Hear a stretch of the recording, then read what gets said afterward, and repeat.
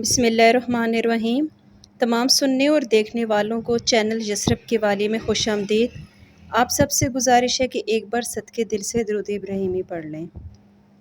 پیاری بہنوں اور بھائیوں، نبی کریم صلی اللہ علیہ وآلہ وسلم کی پوری زندگی مسلمانوں کے لیے مشعل راہ ہے۔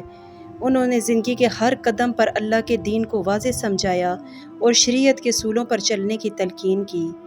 نبی صلی اللہ علیہ وآلہ وسلم نے ہمیں صبر کرنے کا بھی درس دیا اور خود مشکل سے مشکل معاملات میں صبر کر کے دکھایا۔ نبی پاک نے جو کچھ کیا اپنی امت کی بھلائی اور رہنمائی کے لیے کیا، صبر بھی کیا تو اپنی امت کے لیے کیا۔ نبی پاک صلی اللہ علیہ وآلہ وسلم کی زندگی کا ایک واقعہ آپ کو اس بیان میں بتاتی ہوں، جس سے یہ بات واضح ہے کہ اللہ کے نبی نے ہمیشہ صبر کرنے کو ترجیح دی اور خود بھی صبر سے کام لیا۔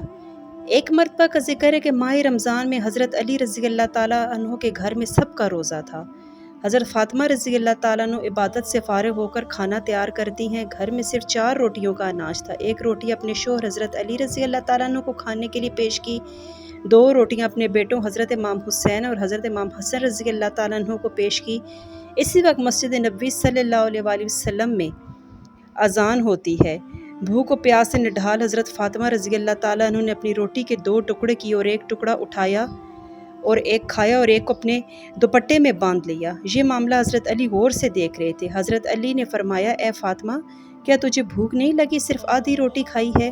حضرت فاطمہ رضی اللہ تعالیٰ عنہ نے فرمایا، اے علی، ہو سکتا ہے کہ میرے بابا محمد صلی اللہ علیہ وآلہ وسلم نے کچھ نہ کھایا ہو۔ جس کے باپ نے کچھ نہ کھایا اس کی بیٹی کیسے کھا سکتی ہے؟ حضرت فاطمہ دوپٹے میں آدھی روٹی لپیٹ کر اپنے بابا کے گھر پہنچی۔